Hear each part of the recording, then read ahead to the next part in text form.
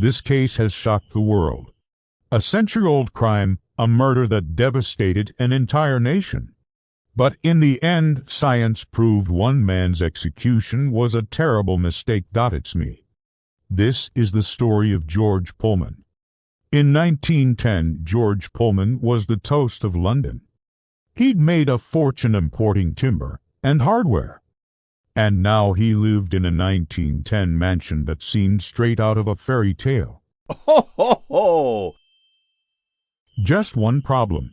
Though George was really paranoid, every night before bed, he locked himself in his study with his safe and literally did not come out until morning. But on the night of June 25, 1910, everything changed. Around 11:30 p.m. George's teenage daughter came running down the stairs, screaming at the top of her lungs. Ho, ho, ho! Everyone in the house woke up and ran downstairs.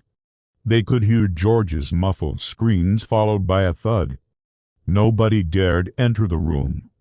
So they called the police. When officers finally broke in, what they saw left them shaken. There was George lying dead on the floor, stabbed multiple times. And all around the room were signs of a struggle. It looked like whoever had done this had ransacked the place. Ho, ho, ho! But there was something else strange, too. Almost every single window in the study was open, meaning the killer had plenty of opportunities to escape. For example, see this massive stack of cash right here? Yeah. That was just sitting there untouched, so it didn't seem like robbery. But there was one thing the police noticed missing: George Pullman's late wife's jewelry collection. Ho, ho, ho! And as far as they knew, only two people in the whole house knew the combination to the safe. The first was Mr. Pullman himself, of course, because he was the one who set the alarm. But he was dead, so that didn't help. And the other was his servant, Thomas Reed. Now, you might be asking yourself, why are we focusing on this guy? Ho, ho, ho! What makes him so suspicious? Well, unfortunately for Reed, he checked off every single box on the police's suspect checklist. First, he had theft motive. Apparently, George was a tight-fisted boss and hadn't given Reed a raise in years. And when he tried asking for one, George basically told him to go pound sand. Second, he had the opportunity. See, when George got home at night, he always kept his door locked. Ho, ho, ho! But apparently Reed had a spare key. According to the servants in the kitchen, Reed used it all the time to sneak in and use the bathroom without having to wake up George or anyone else. Third, he had the means. Although a servant, Reed had worked for George for nearly 20 years and had access to his knives. Finally, and perhaps most damningly, Reed had the alibi. Ho, ho, ho! Or rather, he didn't. You see, when the police arrived that night, they asked Reed where he was when he heard the commotion, and he confidently told them he was in his room playing dominoes with a friend. However, when they went to ask his friend, he said he hadn't seen Reed all night. He was at home sick in bed. And so the only logical conclusion was that Reed had killed his boss, stolen the jewels, and framed his friend. Ho, ho, ho! The arrest was swift and brutal. Despite his denials, Reed was thrown into a cell, shackled to the wall, and force-fed stale bread and water for days. To make things worse, everyone hated him. People threw rotten fruit, vegetables, and even rocks at him. Some shouted, "Good, hang him," while others yelled, "He deserves it, the dirty spy." Yeah, for some reason, people also thought he was a German spy, which probably didn't help. Ho, ho, ho! As for Reed's actual defense, well, that was non-existent. The trial was over before it even began. After less than 3 days of deliberation, the jury found him guilty of murder. On July 1911, Thomas Reed was hanged in Pentonville Prison, before his death.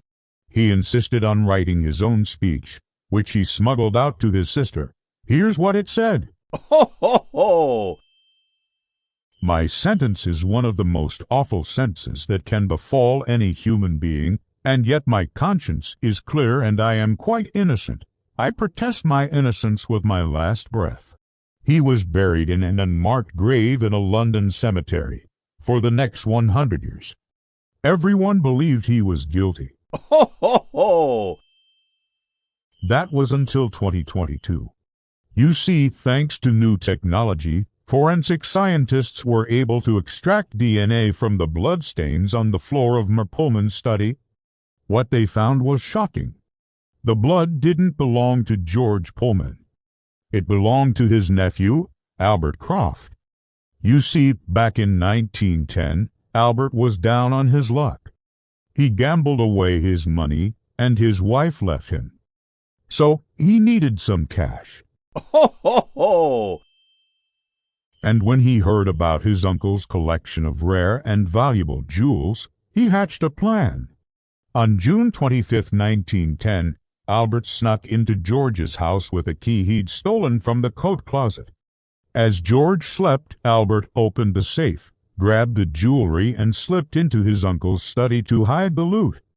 But when George awoke and started screaming, Albert panicked and stabbed him several times before fleeing. Ho, ho, ho! George managed to stagger to the front door and collapse on the stairs, but by the time paramedics arrived, he was already dead, and so now we know why Albert Croft killed his uncle. But what happened to him after? Well, that's easy. Albert Croft disappeared forever. He never married. He never held down a job. He even changed his name. Ho, ho, ho! But his luck eventually ran out in 1925 when he wrote a suicide note confessing to the crime and killed himself by drinking acid. That same year, Reed's sister wrote to the Home Secretary asking for her brother's conviction to be overturned. But she was denied. Tragically, it would take another 97 years for science to exonerate Thomas Reed. Ho, ho, ho! In 2022, the BBC aired a documentary about the Pullman case, which included an interview with David Miller, a forensic scientist. Here's what he had to say from the outset.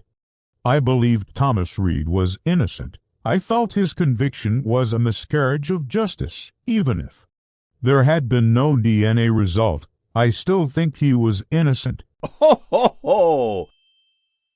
Thanks to David's work, a new report was prepared for the Criminal Cases Review Commission, which was enough to get Reed's conviction overturned on March 22, 2022, after 111 years. Thomas Reed was cleared of all charges, and finally the truth was out today. Both men are buried in London, George Pullman in Highgate Cemetery and Thomas Reed in a pauper's grave in Islington. Ho, ho, ho! The irony is that after a century of slander, Reed is probably better known today than he ever was during his lifetime. Unfortunately, the same cannot be said for Albert Croft, whose name has been cleared, but whose memory lives on only in a dusty box in a London museum. I've been your host. Subscribe for more History Redeemed. Ho, ho, ho!